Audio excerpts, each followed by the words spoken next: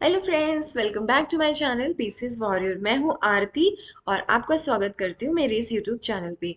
Friends, मैंने पिछले वाले वीडियोस में रामसर साइट के बारे में जितने भी लिस्ट आपको दिख रहे हैं ये मैंने करवा दिया है। तमिलनाडु, उत्तर प्रदेश, पंजाब, यानी कि जो सबसे ज़्यादा है वो मैंने पहले करवा दिया है, उससे थोड़ा जो कम है वो करवा रही हूँ मैं। ठीक है, अगर आपने वो वीडियो नहीं देखा है तो प्लीज़ जाकर अभी देखिए। चैनल में जाएंगे, चैनल में आप प्लेलिस्ट में देखेंगे रामसर साइट इन इंडिया, आपको पूरा वहाँ पे वीडियोस मिल जाएंगे। ठीक है, और अगर वहाँ पे भी नहीं मिले तो आई बटन पे भी देख लीजिए, आपको मिल जाएंगे। तो फ्रेंड्स, जैसा कि आप स्क्रीन पे देख रहे हैं, ऑलरेडी मैंने चीज़ों को पढ़ा दिया है। हम आज से स्टार्ट करेंगे कहाँ से? गुजरात से। ठीक है, जम्मू कश्मीर तक हो गया है। गुजरात से हम पढ़ेंगे चार साइटें एंड मध्य प्रदेश। ओके, ये सारा हम पढ़ते जाएंगे धीरे धीरे करके। फ्रेंड्स, अगर आप चीज़ों को ना जल्दबाजी करेंगे समझने को तो नहीं समझ पाएंगे।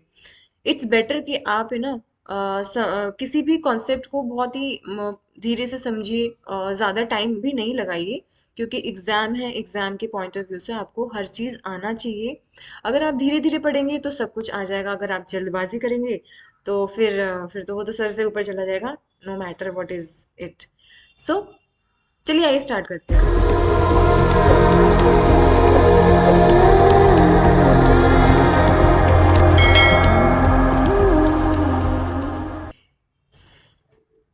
तो फ्रेंड्स, कुछ चीज़ें अगर आप नहीं जानते, नहीं करना चाहते हैं, और समटाइम्स ना आप हार जाते हैं कि यार मुझसे तो नहीं हो रहा, यार मैं नहीं करूँगा। और जब एक चीज़ हार जाते हैं तो फिर सोचते हैं कि यार अब छोड़ो, जाने दो, नहीं हो रहा है मुझसे। तो आप प्लीज़ ऐसा मत सोचो, क्योंकि देखो लाइफ में ना कभी कोई चीज़ मिलती नहीं है जल्दी। ठीक है, और अगर मिलती है ना तो बहुत मेहनत करना पड़ता है। ओके, मेहनत के लिए आप है ना पीछे मत हटिए, क्योंकि एक चींटी को देखा है ना आपने? वो दीवार पे चढ़ती है, लेकिन वो बार बार चढ़ते हुए भी गिरती है। ठीक है, लेकिन वो हार नहीं मानती, वो चढ़ती जाती है और फाइनली वो अपने जो डेस्टिनेशन है, जो मंजिल है, वहां तक ये पहुंच ही जाती है। ठीक है, तो आप भी ऐसा ही अपने माइंड सेट को बना लीजिए कि यार जो हो रहा है ठीक है, होने दो, नो मैटर। क्योंकि देखो लाइफ में ना सबके साथ हमेशा कुछ ना कुछ तो बुरा होता है। ऐसा नहीं है कि किसी के पास बहुत धन दौलत है तो उसके उसके साथ कुछ नहीं हो सकता। उसकी लाइफ में भी प्रॉब्लम्स आती है, सबकी लाइफ में प्रॉब्लम आती है ना? तो उस चीज को ना आप टैकल करके चलिए कि ना मुझे कैसे करना है। देखो, अगर आपका मन पढ़ाई में नहीं लग रहा है और आप सोच रहे हो कि यार मैं कैसे पढूं, मुझसे तो पढ़ा नहीं जा रहा, चलो छोड़ो, जाने दो, नहीं, ऐसा मत करिए। अच्छा, एक चीज मैं बताऊं आपको, फॉलो करिए ना, 24 घंटे में आप खुद को उस चीज को फॉलो करिए। आप पे ना एक टारगेट बनाइए कि आज है ना मैं 5 घंटे पढ़ूंगा। ठीक है, अब 5 घंटे पढ़ूंगा तो सही, लेकिन है ना ऐसा, पता है लाइफ में, हर किसी की लाइफ में ना एक सोशल जिम्मेदारियां भी होती है ना? और एक आपका एक जुनून होता है, एक आपका सपना होता है। तो आपको दोनों को लेके चलना है। ऐसा नहीं है कि मैं सिर्फ और सिर्फ मुझे पढ़ाई हो नहीं रही है तो छोड़ो, जाने दो, नहीं करूंगा मैं, नहीं, ऐसा मत करो। देखो, आप टारगेट बना लो, मान लो 5 घंटे का आप स्टडी करना चाह रहे हो डेली बेसिस पे। तो मॉर्निंग में उठो आप। अगर आपसे उठा नहीं जा रहा ना, एक चीज और मैं बताती हूँ क्या करना है। आप है ना अपनी जो मोबाइल है, मोस्टली लोग मोबाइल लेके सोते हैं, but it's not a good habit, because ये आपको डायरेक्टली ब्रेन में स्ट्राइक करता है। उसमें बहुत सारी सिग्नल्स एंड ऑल सब चीजें चलती हैं। तो इट्स बेटर कि आप है ना अपना मोबाइल को कहाँ पे रखेंगे? टेबल पे, जहाँ पे आप पढ़ाई करते हैं। ठीक है, वहां रखिए, क्योंकि अगर आप जब सुबह आपका अलार्म बजेगा तो आप क्या है ना, जब तक आप उसको बंद करने जाएंगे ना उतनी देर में आपका नींद खुल जाएगा। ओके, जब आपका नींद खुल जाएगा ना तब आपके अंदर एक पॉजिटिविटी आ जानी चाहिए। उतनी देर में 1-2 मिनट में आपके अंदर वो पॉजिटिविटी आ जानी चाहिए कि अच्छा मैं उठा हूँ, मुझे आज का क्या टारगेट है, मुझे कैसे करना है, किस तरीके से मैं आज की पढ़ाई को अंजाम दे सकूंगा। ठीक है, इन 2 मिनट में जब तक आप उठेंगे फिर घड़ी को बंद करेंगे, जब तक आप है ना पॉजिटिव हो जाएंगे तो दोबारा ना आपको नींद नहीं आएगी। अगर आपके अंदर ये है कि नहीं मुझे कुछ करना है, लेकिन अगर आपके अंदर ऐसा नहीं है और आप आलसी हैं तो फिर तो सो जाएंगे, नो मैटर, छोड़ो, जाने दो यार, क्या हुआ, ऐसे करके बोलेंगे आप, है ना? तो ऐसे मत करिए। और सुबह ऐसे ही आप अलार्म लगाइए, दूर थोड़ा रखिए ताकि आप उठें, और उस चीज को जब तक आप बंद करेंगे आपके अंदर पॉजिटिविटी आ जाएगी। ठीक है ना, ये चीज आप फॉलो करिए। दूसरा मैंने बताया था कि अगर आपको 5 घंटे देना है ना तो कैसे देंगे? सपोज आपने 1 घंटा अच्छे से पढ़ लिया, लेकिन दूसरे घंटे में आपका कंटिन्यूटी नहीं बन पा रहा है, तो आप क्या करेंगे ना कि एक टाइमर लगा रखिए, टाइमर लगा के रखिए कि मैंने 1 घंटा पढ़ लिया है, ठीक है, उसको बंद करिए। फिर जब भी आप बैठे 5 या 10 मिनट के लिए भी आपके पास अगर टाइम मिलता है, ठीक है, जैसे मान लो कोई घर का काम आ गया और आप उस काम के बीच में उलझ गए, आप नहीं कर पा रहे, पढ़ाई नहीं कर पा रहे, तो आप पता है उस टाइम वो कॉन्सेप्ट लेके आप दिमाग से ही रिवाइज करिए, क्योंकि पता है हर टाइम कॉपी पेंसिल लेके काम करना, हर कॉपी पेंसिल लेके आप पढ़ाई करना नॉट पॉसिबल। तो आप क्या करिए, माइंड में एक बार आपने चीज़ों को सुबह पढ़ा या फिर कभी भी या 1-2 दिन पहले पढ़ा होगा, तो आप उसको ना माइंड में सेट कर लीजिए। फिर आप है ना उसको सोचिए कि मैंने जो रिवाइज करना था मुझे, तो वो क्या था।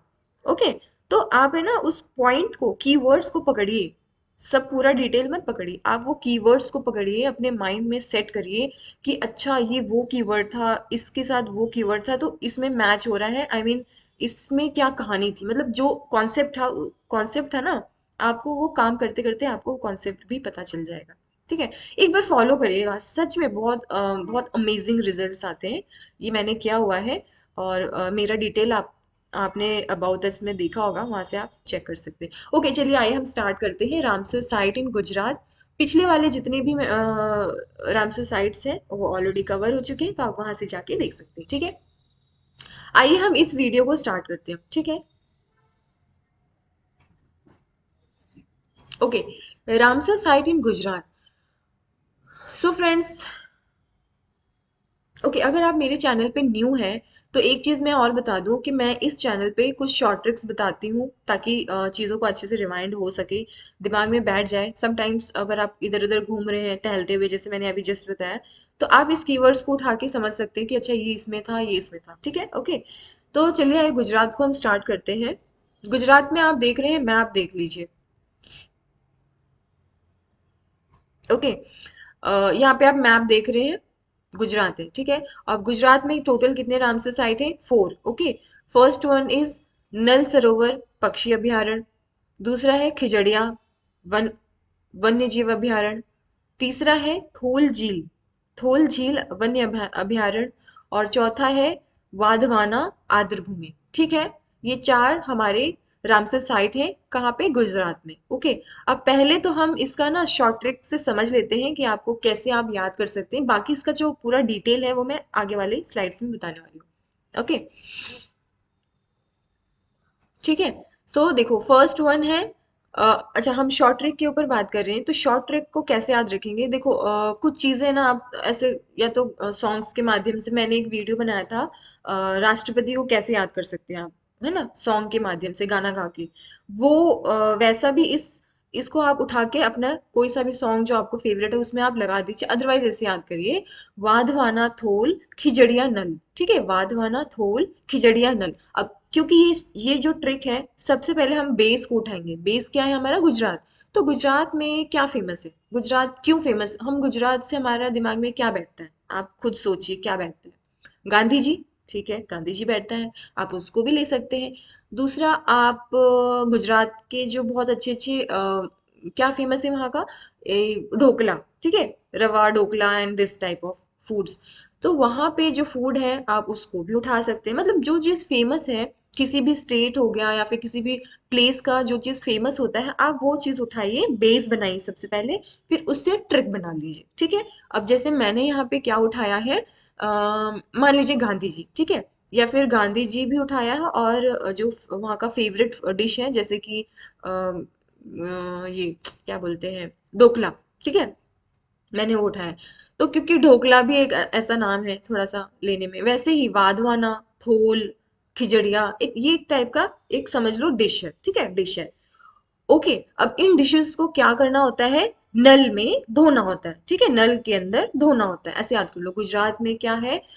वाधवाना है, थोल है, खिचड़िया है। ठीक है, खिचड़िया से आप खिचड़ी याद कर सकते हैं। तो ये 3 डिश हैं जिनको नल के अंदर धोना पड़ता है, नल में जो पानी आता है उसमें वॉश करना पड़ता है। ठीक है ना, तो अब हम देखिए कैसे इस चीज को बनाते हैं। देखो, वाधवाना से तो सिंपल, मतलब हर चीज सिंपल ही, इसमें कुछ भी नहीं है। वाधवाना से वाधवाना वेटलैंड, थोल से है Thol lake wildlife sanctuary, and Khijadiya से है Khijadiya wildlife sanctuary, and Nal से है Nal Sarovar wildlife sanctuary, bird sanctuary, sorry, ठीक है। तो इससे ऐसे हमने याद कर लिया शॉर्ट ट्रिक। चलो अब हम आगे बढ़ते हैं और इसके बारे में समझते हैं, ठीक है। चलो, फर्स्ट वन है नल सरोवर बर्ड सेंचुरी। तो देखो, नल सरोवर बर्ड सेंचुरी पहले हम मैप में देख लेते हैं कहाँ पे है। अच्छा, ये जितने भी बर्ड सेंचुरीज हैं ये ऑलरेडी बहुत पहले बन चुके हैं, ठीक है ना, 19 की सेंचुरीज में। लेकिन जो अभी देखा गया था, मैंने already first second third videos में वो कवर किया है, वहां से आप जाके देख सकते हैं। बाकी जितने भी हैं बर्ड सेंचुरी, ये ऑलमोस्ट बहुत पहले से बन चुके हैं, ठीक है। सो हम मैप में देख लेते हैं। नल सरोवर पक्षी अभयारण्य कहाँ पे है? ये गुजरात है, गुजरात में है यहाँ पे, ठीक है। ओके। अब ये पता है क्यों इसका ये जो पूरा प्रांत है ना, ये जैव भौगोलिक होता है ना, जहाँ पे बहुत सारे छोटे छोटे मतलब जीवन होते हैं। जीवन का मतलब जो छोटी छोटी चीजें हैं, बायोग्राफिकल चीजें हैं, है ना, वो सारी चीजें यहाँ पे देखने को मिली थी। इसलिए यहाँ पे बहुत सारे बर्ड्स जो होते हैं, ये अबाउट 210 स्पीशीज यहाँ पे दे हमेशा आते हैं, हमेशा। और ऐसी कुछ स्पीशीज हैं बर्ड की जो कि ना, मतलब विलुप्त होने वाली हैं, मतलब मान के चलो हो ही रही है वो, ठीक है ना। जैसे कि एक है सोशल लैपविंग। एक मिनट, यहाँ पे देखो, सोशल लैपविंग है, और एक ये है मार्बल टील, ठीक है। जैसे मैंने यहाँ पे पिक्चर में डाला है, ये जो आप पिक्चर देख रहे हैं ना, ये इस टाइप के ही पक्षियां जो हैं, कभी इस जगह पे क्या है कि वो, मतलब कि एंडेंजर्ड जोन में आ चुकी, मतलब वो विलुप्त होने के कगार पे है। तो क्योंकि यहाँ पे विलुप्त होने के कगार पे है, तो इनको क्या किया है कि इसको बचाने की कोशिश की गई है, ठीक है। तो नल सरोवर में क्या किया गया था कि इनको एक तरीके का वेटलैंड घोषित कर दिया गया था कि हाँ, यहाँ पे वेटलैंड होगा, तो भाई जितने भी यहाँ पे स्पीशीज हैं जो कि विलुप्त होने जा रही हैं और हो सकता है कि विलुप्त हो सकती हैं, उनको बचाने के लिए हमें क्या करना है, यहाँ पे वेटलैंड को बना देना ही जरूरी है। ओके। अच्छा, यहाँ पे ना कुछ स्पीशीज ऐसे हैं जो कि माइग्रेंट है, मतलब बहुत बाहर से आते हैं, वो स्टे करते हैं वहां पे, ठीक है। क्योंकि ये पता है थार डेजर्ट है, थार डेजर्ट आपको पता होगा, राजस्थान भी यहीं से अटैच्ड है। और ये पूरा एरिया है, जो लार्जेस्ट थार जो नेचुरल वेटलैंड है वो यहीं पे, ठीक है ना। Okay, clear. चलो नेक्स्ट हम पढ़ते हैं खिजड़िया वाइल्ड लाइफ सेंचुरी, ठीक है, खिजड़िया वाइल्ड लाइफ सेंचुरी। ये भी कहाँ पे है? गुजरात के। ये देखो, यहाँ पे क्या है ना, खंबात की खाड़ी है, ये कोने में देख रहे हो ना, खंबात की खाड़ी है। और ये कौन सा है? कच्छ की खाड़ी है, ठीक है। तो अब जैसे कि अगर आप मैप को देखेंगे, तो ये नॉर्थ हो गया, ये साउथ हो गया, and this one is east and west, ठीक है। तो ये यहाँ पे जो एरिया है ना, ये जो एरिया है, देखिए यहाँ पे मैं दिखा देती हूँ आपको, कंफ्यूजन ना हो। ओके, देखो यहाँ पे ना धुन नदी यहाँ से बहती है, देखो इधर ही है। गुजरात की धुनाव नदी यहाँ पे बहेगी, धुनाव नदी, ठीक है। क्योंकि यहाँ से क्या खारा पानी आ रहा है, ठीक है, क्योंकि ये तो पूरा समंदर है ना, कच्चे की खाड़ी है। यहाँ से खारा पानी आता है इस साइड से, और इस साइड से मीठा पानी आ रहा है। मीठा पानी कहाँ से आ रहा है? धुनाव नदी से, ठीक है। इसमें मीठा पानी कहाँ से आता है? ये यहाँ से आता है, ये जो आप देख रहे हैं ना, सुरेंद्र नगर की तरफ से। यहाँ से जो नर्मदा नदी बह रही है ना, नर्मदा नदी एंड तापी नदी, ये सारा का सारा यहाँ से जब आते हैं, तो साथ में मीठा पानी लेकर आते हैं, ठीक है। और क्योंकि ये एक तरफ से क्योंकि एक तरफ से ये नमक वाला पानी आ रहा है, और एक तरफ से मीठा पानी आ रहा है, तो इसको क्या बोल रहे हैं कि दोनों तरफ से, क्योंकि मीठा और नमक वाला पानी भी आ रहा है, तो इसको बोल दिया गया है अद्वितीय पारिस्थितिक तंत्र, ठीक है। जैसे कि आप स्क्रीन पे देख रहे हैं, दिस वन, अद्वितीय पारिस्थितिक तंत्र। आपसे क्वेश्चन पूछ सकते हैं कि बताओ कौन सा ऐसा वाइल्ड लाइफ सेंचुरी है जिसमें अद्वितीय पारिस्थितिक तंत्र देखा जाता है। तो वो एक तरफ से एक तरफ से नरम, सॉरी, एक तरफ से नमक वाला पानी आता है, और एक तरफ से मीठा पानी आता है, तो वो कौन सा सेंचुरी है? That is Khijadiya. ओके। उसके बाद आप देख रहे हैं उत्तर की ओर से एक बड़ा जलकुंड भी है जो कि कच्चे की घाटी से चलता है। जैसे मैंने आपको बताया ये कच्चे की घाटी है। यहाँ से उत्तर कहाँ पे है, उत्तर ये उत्तर है ना, यहाँ यहाँ पे। तो यहाँ से चलता है ये इस तरीके से। ओके। एंड अभ्यारण्य में मीठे पानी की दो झीलें हैं। ओके। इस अभ्यारण्य में ना मीठे पानी की दो झीलें, क्योंकि ऑब्वियसली मीठा पानी कहाँ से आ रहा है, दुन्नाव नदी से आ रहा है। तो यहाँ पे जो झील है ना वो दो मीठे पानियों में डिवाइड हो जा रही है। ओके। और यहाँ पे क्योंकि मैनग्रोव्स है, मैनग्रोव का मतलब मैंने समझाया था ना, जब बहुत सारे पेड़ पौधे इकट्ठे होते हैं, बहुत सारे जो जंगल टाइप का होता है, उनको पानी देने का काम भी कौन करता है, ये ही वेटलैंड करता है। ठीक है। एंड ये जो नदी है वो आती है एंड यहाँ से पूरा का पूरा वेटलैंड, जितने भी जैव विविधता वाले जितने जीव हैं उन सबको पानी मिलता है, ताज़ा पानी मिलता है, मीठा पानी मिलता है। एंड अभ्यारण्य में मीठे पानी की दो झीलें, जैसे मैंने बताया सर्दियों के दौरान। अच्छा यहाँ पे एक चीज और बताती हूँ। ठंडी के टाइम यहाँ क्या होता है कि जो प्रवासी पक्षी होते हैं ना वो आके यहाँ पे ठहरते हैं। ठीक है ना। और ठहरने के बाद क्या होता है कि उनका एक उद्देश्य होता है, क्योंकि वो प्रवासी होते हैं। तो जब वो एक स्थान से दूसरे स्थान पे जाना चाहेंगे ना, तो वो चाहेंगे कि भाई हमारा जो पॉपुलेशन है वो थोड़ा बढ़ जाए। तो वो लोग क्या करते हैं कि यहाँ पे स्टे करेंगे, प्रजनन करेंगे, है ना। जब उनका बहुत सारे बच्चे हो जाएंगे तो वहां से थोड़ी दिनों तक वो स्टे करेंगे, उसके बाद वो वहां से चले जाते हैं। ठीक है। मोस्टली ये वाइल्ड लाइफ सेंचुरीज में यही होता है, जो वेटलैंड्स होते हैं ना इसमें यही होता है कि जो जितनी भी प्रवासी पक्षियां आती हैं, हर तरह तरह के जगह जगह से अलग अलग जगह से अलग अलग पक्षियां आती हैं, तो वो आके यहाँ ठहरती हैं। उसके बाद वो अपने जो भी है काम होता है उसके बाद वो दूसरी तरफ चले जाते हैं, यानी कि वो अपना पूरा एक जैसे सीजन होता है वो वहीं बिताते हैं। ठीक है। ओके। एंड घोंसला वगैरह जो भी है वो वहाँ पे स्टे करते हैं, रहते हैं। ठीक है। देखो अभ्यारण्य में ना, अब ये सोच लो अभ्यारण्य है कहाँ, ये भी ध्यान रखो। ये जो पूर्वोत्तर तटीय क्षेत्र है ना, पूर्वोत्तर तटीय क्षेत्र, ये इधर वाला पूर्व की तरफ वाला, ठीक है, यहाँ पे इसमें क्या है ना, एक रूपारेल और कालिंद्री नदियां आती हैं। ठीक है ना, एक ही इसी में बहती हैं। ठीक है। रूपारेल एंड कालिंद्री नदियां, इन जब ये मिलती है ना तो वहां पे एक जामनगर करके जिला आता है। ओके। ये जामनगर जिला है यहाँ पे। तो आपसे पूछा जाए कि खिजड़िया वाइल्ड लाइफ सेंचुरी कहाँ पे स्थित है, तो आप बताएंगे जामनगर जिले में। अगर आपसे पूछा जाए कि जामनगर जिला कहाँ स्थित है जहाँ पे खिजड़िया वाइल्ड लाइफ है, तो कौन से दो नदियों के संगम पे स्थित है, तो ये कौन सी दो नदियां हैं, ये है रूपारेल और कालिंद्री नदियां। ठीक है। चलिए आगे नेक्स्ट पढ़ते हैं। देखो थर्ड वन है Thol lake wildlife century.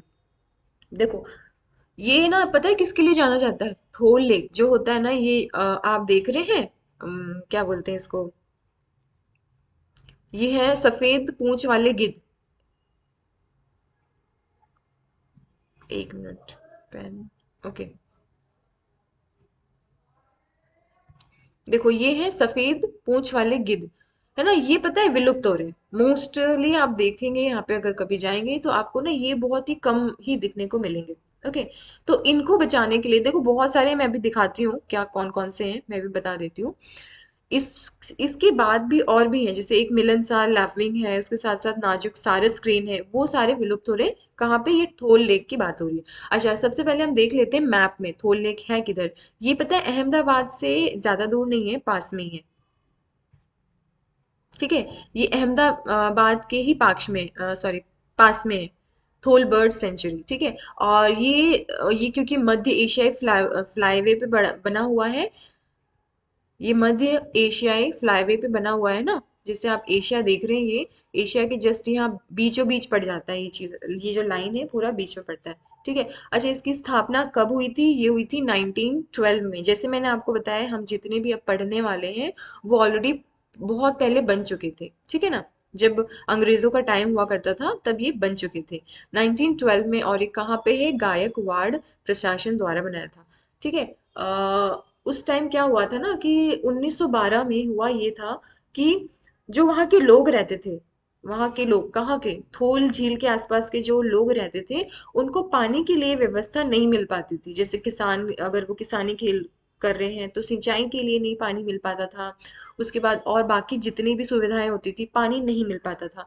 तो क्या करते थे कि वो लोग है ना, टैंक बनाया था उन्होंने, बहुत ही बड़ा टैंक बनाया था। एक मिनट।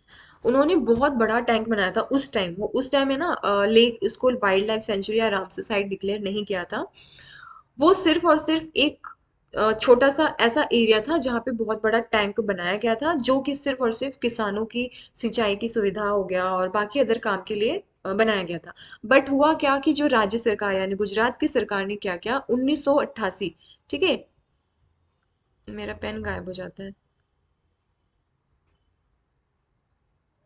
ये देखो, 1988 में इसको क्या हुआ, खुले पानी वाले आर्द्र भूमि, वहां के जो प्रचलित पक्षी हैं उनके जीवन की सुरक्षा के लिए वहां पे अभयारण्य को डिक्लेयर कर दिया गया कि हाँ भाई अब ये रामसर साइट बना देते हैं इसको, ताकि जितने भी बाहर से माइग्रेंट पक्षी आ रहे हैं या फिर और भी अदर जितने भी जीव जंतु आ रहे हैं उनके लिए ये फायदे हो, ठीक है, उनको बचाने के लिए ये फायदा हो सके। ओके, अब देखो यहाँ पे क्या हुआ, 320 से भी अधिक पक्षियों की प्रजातियां इस झील में आ जाती हैं, क्योंकि वहां पे बहुत सारी पक्षियां आती है। एज मैंने बताया पिछले वाले वीडियोस में कि जब प्रवासी पक्षी आते हैं तो वो रुकते हैं, कुछ अपने प्रजनन करते हैं, बहुत सारे पॉपुलेशन हो जाता है, तो वो एक स्थान से उठ के दूसरे स्थान पे भी चले जाते हैं, ठीक है। तो ये ऐसा ही होता है। तो यहाँ पे देखिए आपको देखने को मिलेंगे गंभीर रूप से लुप्त लुप्त प्राय कौन से सफेद पूंछ वाले गिद्ध, मिलनसार लैपविंग के साथ साथ नाजुक सारस क्रेन, जो कि कॉमन पोचार्ड सहित 30 से अधिक संकटग्रस्त जल पक्षी शामिल है इसमें। बहुत 30 से ज्यादा भी ऐसे पक्षी हैं जो कि विलुप्त होने के कगार पे। तो पता है ये रामसर साइट क्यों बनाते हैं, क्योंकि जो चीजें विलुप्त हो रही है हम उसको बचा सके, ठीक है ना, इसलिए। चलिए नेक्स्ट बढ़ते हैं। फिर है माधव, सॉरी, वाधवाना आर्द्रभूमि। वाद, देखो वाधवाना से याद है ना माधव, तो आप माधव से भी याद कर सकते हैं इन चीजों को। वाधवाना आर्द्रभूमि ये भी देखिए वडोदरा के पास में है, देखिए। हम्म, हाँ ये देखिए यहाँ पे है। मैप में आप मैपिंग करते जाएंगे तो आप भूलेंगे नहीं कुछ चीजों को, ठीक है। वडोदरा कहाँ पे है, सॉरी, यहाँ पे देख रहे हैं वडोदरा के जस्ट ईस्ट एंड साउथ में आपको देखने को मिलेगा, ठीक है। अच्छा, गुजरात में यहाँ पे हम देख लेते हैं, नॉर्मली जो चीजें हैं सब में होती है वो इसमें भी वही है, एंड इसमें ज्यादा कुछ खास नहीं है। इसमें क्या 80 से ज्यादा पक्षियां जो प्रजातियां होती हैं जल पक्षियां प्रवासी के लिए शीतकालीन, यानी कि जब ठंडी का मौसम आ जाता है ना, जैसे अभी ठंडी चल रही है, तो ठंडी के मौसम में ये सब स्पीशीज यहाँ पे आके एकत्रित होती हैं। उसके बाद कुछ दिन ये रहती हैं, उसके बाद ये वहां से चली जाती हैं कहीं और दूसरी ओर, ठीक है। और ये भी देखिए सेंट्रल एशियन फ्लाईवे पे स्थित है, ठीक है, सेंट्रल एशियन फ्लाईवे पे स्थित है। जैसे मैंने बताया ना, एशिया का जो सेंट्रल आ जाता है, वो एक जो लाइन आ जाती है वो गुजरात से होते हुए निकलती है, ठीक है। सो फ्रेंड्स, चार हमने पढ़ लिया है गुजरात में, टोटल चार रामसर साइट हमने पूरा का पूरा क्लियर किया है। अगर आपको ये वीडियो समझ में आ गया है तो please like and share and subscribe जरूर करिए, ठीक है। एंड आगे आने वाली वीडियोस में हम पूरा का पूरा कवर कराएंगे एक के बाद, जैसे मैंने अब तक करवाती आई हूँ वैसे हम करवाएंगे, ठीक है। एंड फ्रेंड्स हमेशा ध्यान रखिए, हार नहीं मानना है। अगर आप चीज को पढ़ रहे हैं ना, अगर आप चीज को रिवाइज भी कर रहे हैं ना, तो अगर उससे कुछ पॉइंट ऐसा आ रहा है कि मतलब उसका भी एक हिस्ट्री है, तो वो प्लीज उस कीवर्ड को उठा के उस हिस्ट्री को भी आप पढ़ लिया करिए, क्योंकि जब आप चीज को पढ़ते हैं ना बार बार, तो वो आपके दिमाग में बैठ जाता है, ठीक है। तो आप कोशिश कीजिए कि अगर आप कोई चीज पढ़ रहे हैं, जैसे मान के चलो मैंने ये ना वाधवाना वेटलैंड पढ़ा अभी यहाँ पे, ठीक है। अब भी जैसे मान लो इसमें आ गया एशिया, सेंट्रल एशिया फ्लाईवे। अब क्योंकि सेंट्रल एशिया फ्लाईवे क्या होता है, जैसे मैंने भी जस्ट बताया क्या होता है क्यों होता है ना। तो आपको क्या करना है कि अगर आपने पढ़ लिया, सिर्फ रीडिंग कर लिया, तो इसका मतलब ये नहीं कि आपने सिर्फ रीडिंग कर लिया हो गया। You have to also do one thing that central Asian flyway क्या होता है, मे बी आपको क्वेश्चन आ जाए एग्जाम में कि what is the central Asian flyway and where it is situated, okay.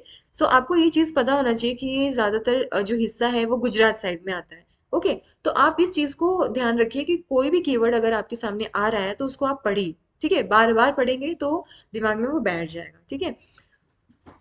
तो फ्रेंड्स अगर आपको ये वीडियो पसंद आया है तो लाइक शेयर सब्सक्राइब ज़रूर कर दीजिए। एंड मैं इतनी मेहनत से आपके लिए बना रही हूँ, वीडियोस बनाती हूँ, तो प्लीज़ एक शेयर तो बनता है, एक लाइक भी बनता है, ठीक है। तो आगे आने वाले वीडियोस में मिलते हैं, तब तक के लिए bye bye, take care and हमेशा पॉजिटिव रहिए। Okay, bye.